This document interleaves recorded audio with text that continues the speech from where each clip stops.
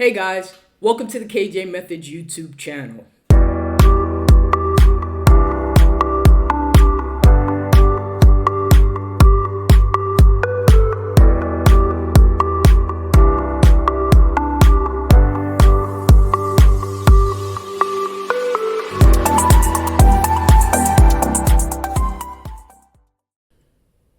In this lesson, we're going to discuss how to calculate your loan amount. If you recall from the finance chapter, we talked about the sales price of the house. If you purchase a house, you are going to have to go to the bank unless you're independently wealthy. Well, the house is 100%. The bank is going to give you some portion of that 100%. The portion that they're giving you, we call it LTV, or the loan to value. And then you're going to have to come up with the rest. For example, if the bank says they're going to give you 80%, you're going to come up with 20%. If they say they're going to give you 70%, you're going to come up with 30%. So the amount that the bank gives you and the amount that you have together has to equal 100%. All right, and so we call the loan amount LTV and the down payment your equity. Loan to value is the amount that the bank will give you, again, as we just explained. Notice that they will not give you 100% of the loan. We don't do that anymore. We got into a lot of trouble doing that back in 2008, 2009. So they're going to give you a percentage. But understand that that percentage is based on the sales price or the appraisal amount, whichever is lower. And it's highly dependent, of course, on the type of loan that you're receiving. Every bank has a different amount, and so never assume one particular percentage. You would have to go into the bank and actually find out what kind of loan they're going to be giving you. But how do we calculate these problems? Now, calculating the loan amount is really one of the very first things that you're going to do. You definitively need to know how to calculate loan amount. But the reason why it's so important is because I tell my students that most problems start on calculating the loan amount. And so if you're stuck on a problem, at least try to start with calculating the loan amount. Why is that? Because most of the things that the bank is going to charge us for, like interest and points and mortgage insurance, we're only going to want to pay it on the loan amount. We're not going to want to pay it on the amount that we're bringing to the table. And so that's why most of the problems we calculate the loan amount. All right, so let's look here. Jane wants to purchase a home for $400,000. The bank agrees to give her 75% of the home price. And of course, if the bank goes and appraises, it may come out to be less than that because it's the home price or the appraisal amount. But let's just stick with the $400,000 here, and let's say that it appraises for the $400,000. So what is her loan amount? Well, you guys know how to use this T by now, right? We said the top is a dividing line, so from top to bottom, you divide. From left to right, you multiply. We put the small on the top, the large on the bottom. And so if we're looking at this, do you think the loan is less than the house price? Yes. And so that's what we're looking for. So that means that the house price is going to go on the bottom.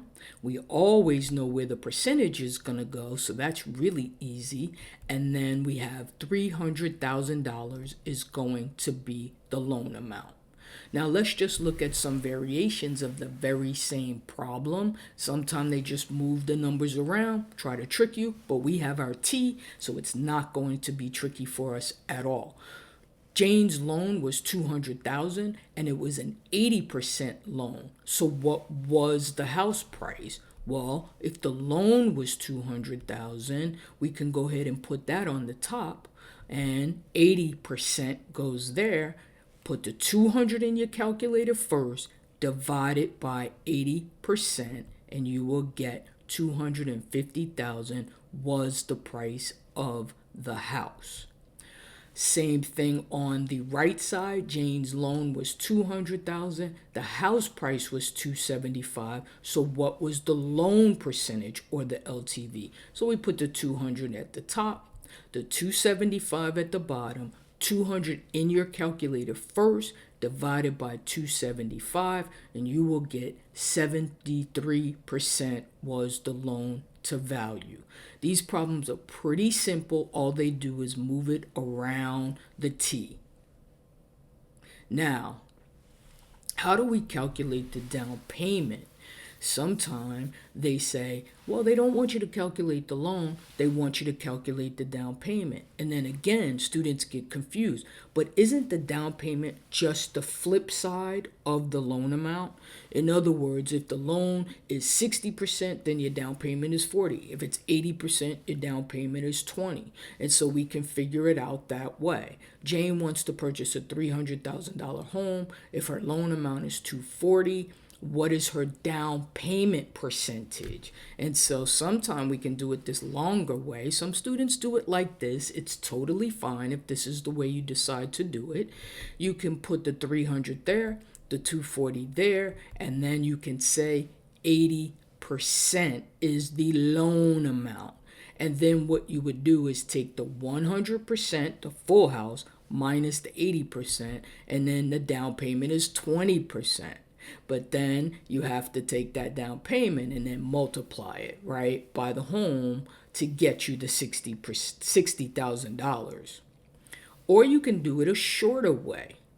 The shorter way would just be, hey, if it is 80%, then I must have to put down 20%. So I can do straight away and just figure out that down payment by saying, well, if the house is $300 and the loan is $240, I must have to put down $60,000. So let me put $60,000 in the equation over the $300,000. If I do that, I'm going to get that same 20%.